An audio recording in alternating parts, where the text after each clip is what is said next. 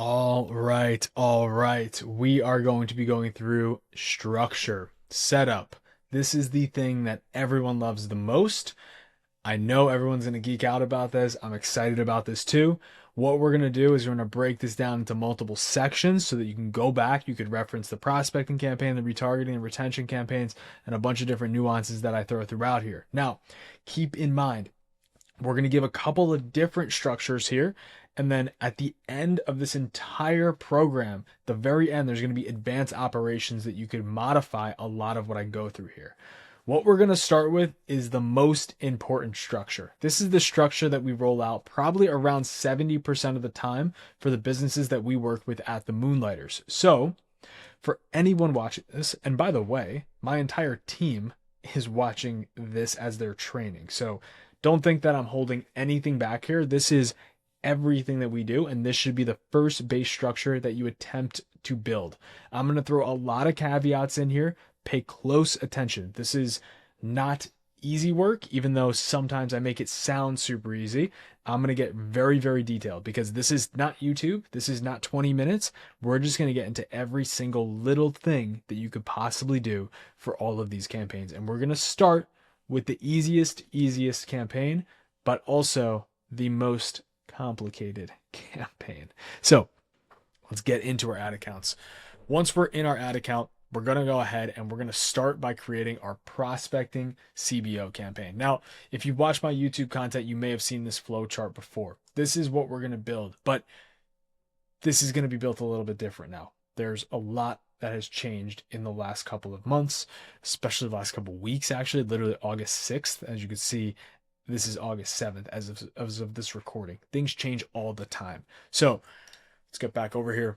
In this section here, we're going to start with our prospecting campaign. This campaign, the prospecting CBO campaign, the importance of this prospecting CBO campaign is that it is the testing ground and one of your primary metrics primary modes to scale your account. So here's how we build it. We're going to start with a sales campaign.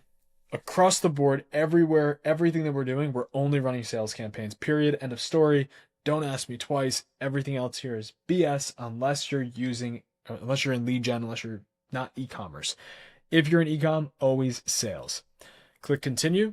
We're going to name our campaign just for the sake of my naming conventions. I'm going to put ML in front of us, and then I'm going to start from there, but ML underscore or dash, and we're just going to call this prospecting. Very simple.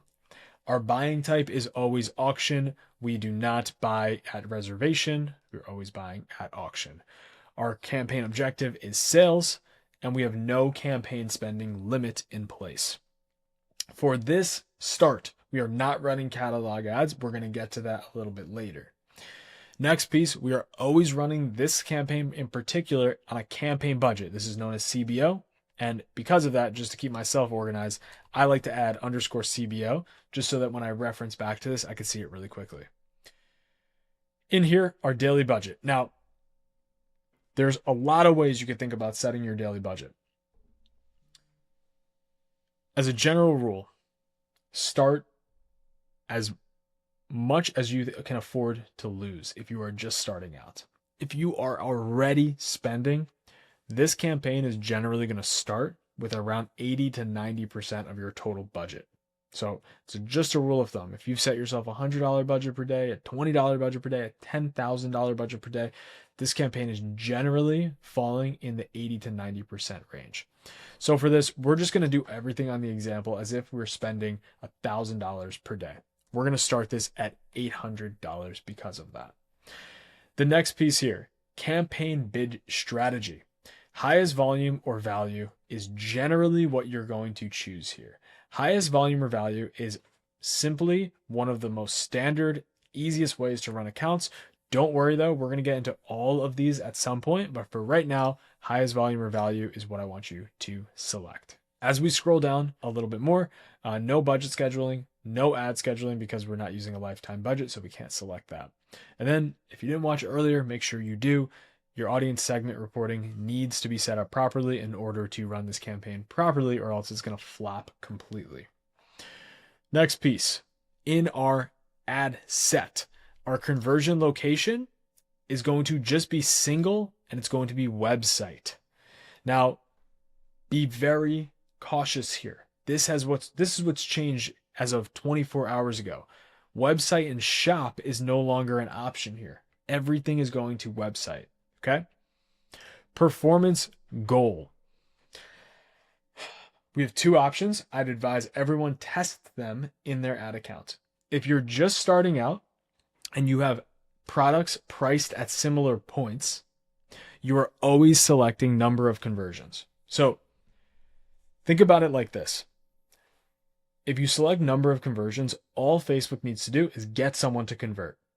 If you select value of conversions, Facebook now needs to get someone to convert and find out if they're high value.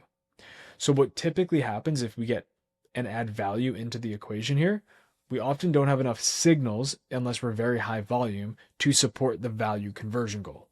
So again, lower spends, and especially brands that have similar purchase prices per product. Like if all your products are within like 80 to $100, absolutely maximize number of conversions.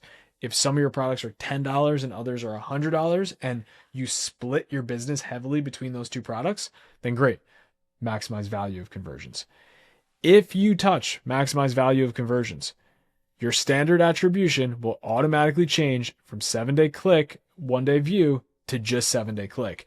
You're going to need to go back down here and re-enable 1-day view.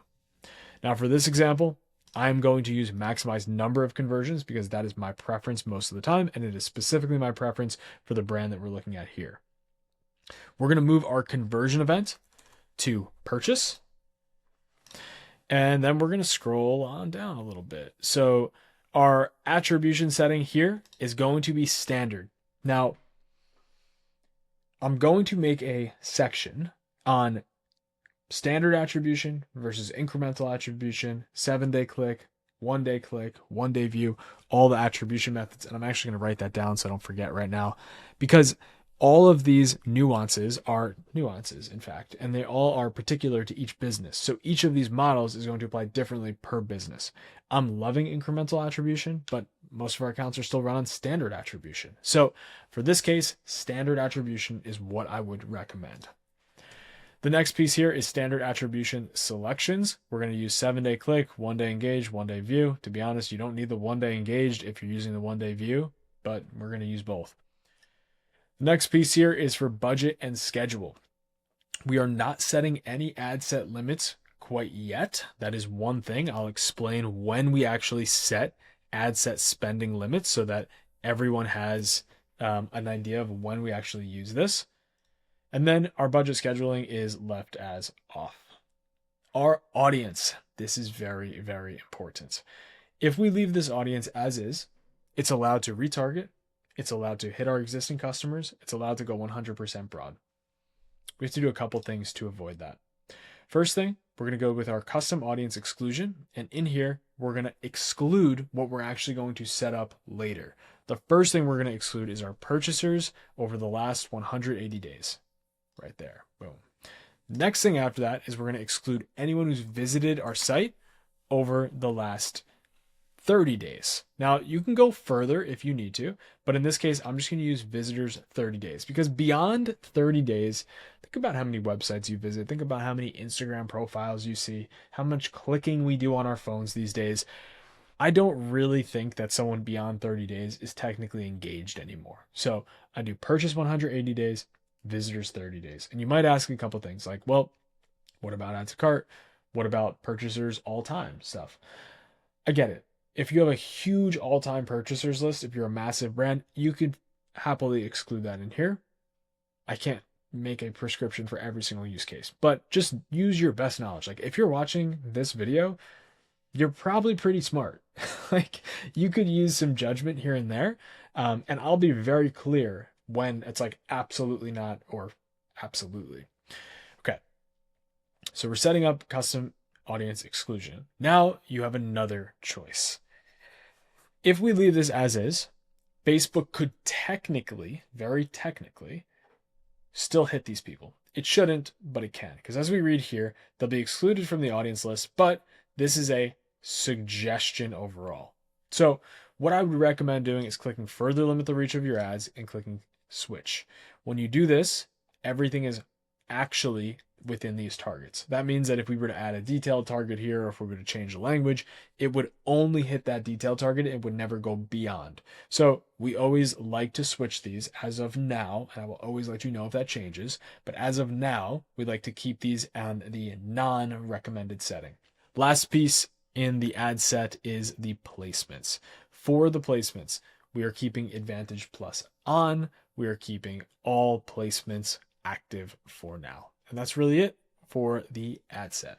Now, once you've created this ad set, for this case, we're going to not talk about ads because ads is a little bit beyond just the structure. There's going to be an entire section on creative that you have to get to. The first ad set that we created is going to be called pack number 1. Now, name this whatever you want. What I would generally do is put pack number 1. I would put a dash next to it and I'd put today's date. So I'd put something like 8/7/2025. This is an indication to me of when I launched this pack. It's very, very helpful when you're actually just scanning through your ad account, which is something we're going to teach and actually do every single day because you're spending money. You want to always have oversight. Now, the idea of a pack, as I'll show you in this board here, packs are so fundamentally important because packs are set up in a way where every time we launch new creative, we launch them as a pack. So what you don't do, you don't go into here and create today 15 different packs. What you do is you create one pack, you upload your creatives, and then a couple days go by, you have new creatives, you upload a second pack. The ideal flow for those new creatives, which again, we're going to get into in extreme detail, the ideal flow for that is that you find your best performing ads, you create iterations of those, and you create new concepts, and those always get uploaded into the prospecting CBO as a new pack. Now I'm going to get into the philosophy part, if that's even what I should be saying. We'll stick with philosophy part of why this structure, specifically the prospecting CBO, is so important. So, the way that the prospecting CBO functions and the reason we always upload new packs as new ad sets is because we have minimal interference with the algorithm while also going back to our very first concept, minimizing wasted ad spend. Here's how this works. Each pack on its own only interferes with the algorithm within its own silo, its own pack, and at the campaign level. Right? So the campaign's distributing budget to wherever it thinks it's going to drive the best performance. And within the pack, that's distributing budget to the best creatives it thinks. Here's what it's not doing. This is where people go wrong. They have one pack and they add new creatives in every couple days. If you do this, your ad set has to learn again. All these creatives need to learn again, which is huge, massive issue. And the campaign then needs to learn again too. So everything needs to relearn if you do it that way. And the reason this happens is because if we just add one creative, let's say we added a creative into this box right here. If we added one creative into here, new creative ABC, then the budget needs to redistribute. And let's say this creative is so different than these other 4. If this creative right here, this black line I created, is so different than the other 4, then what's going to happen is the signal that goes into this audience here is going to change. Then what happens is this signal loops back to these 4 creatives, and now these 4 creatives can't perform anymore because it has a different signal, a different audience is hit, because that is the difference between old school algorithms that they used to just be the non-for you algorithm, which was just, here's my target, go attack it. Now we have a for you algorithm, takes the information from the creative, and then informs what needs to happen at targeting, and then spits that back into the ad set and into the creatives that are grouped together. So having things separated out creates the most or least impact on what's already running. And that's going back to our first principle of anti-fragility. Super, super important. We are not disrupting the system, but we are encouraging randomness amongst these creatives, but we are not disrupting what's already working. Super critical.